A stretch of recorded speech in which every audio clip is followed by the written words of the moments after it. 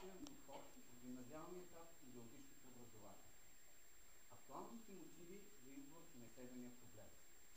Същността на проблема в настоящото дисертационно изследване се изразява между научно обоснованата необходимост от съзнателно формиране на умения за рефлексията и недостатъчното разработване на технологично приложени модели и методики за целенасочено изграждане на тези умения в учебно-възпитателния процес по биология.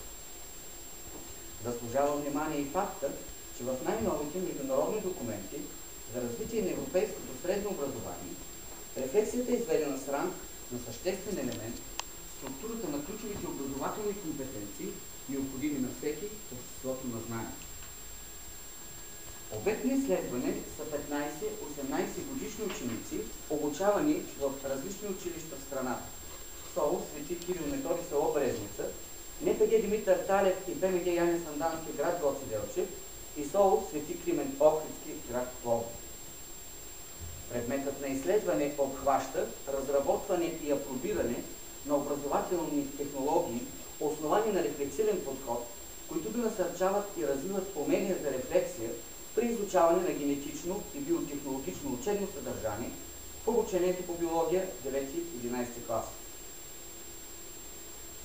Настоящото педагогическо изследване е насочено към лонгитюдно проучване на ефекта от прилагането на рефлексивен подход в училищното обучение по биология 9-11 клас върху развитието на умения за рефлексия при ученици.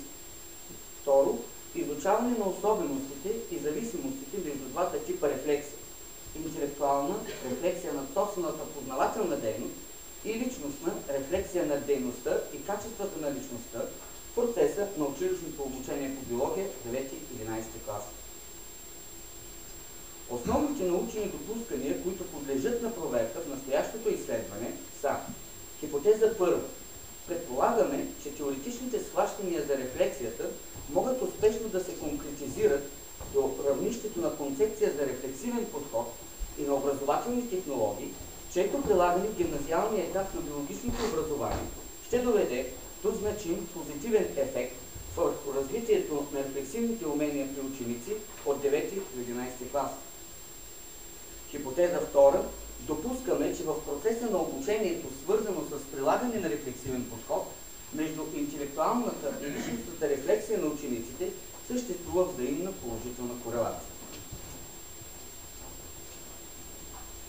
Структурирането на цялостен и иновативен модел на рефлексивен подход в обучението по биология е инспирирано от интегративната същност на съвременната методика на обучението по биология.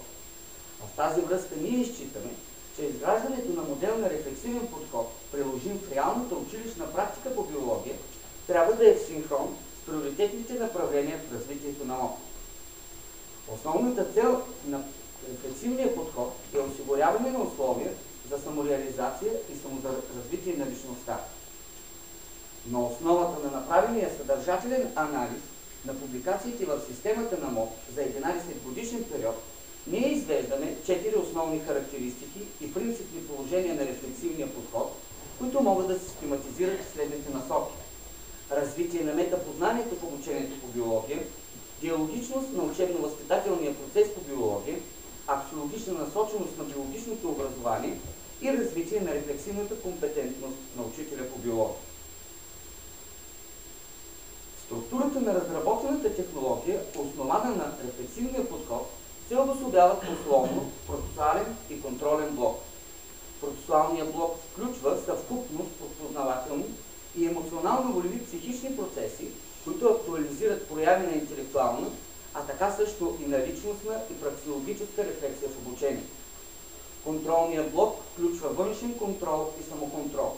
Външният контрол в неговите разновидности, предварителен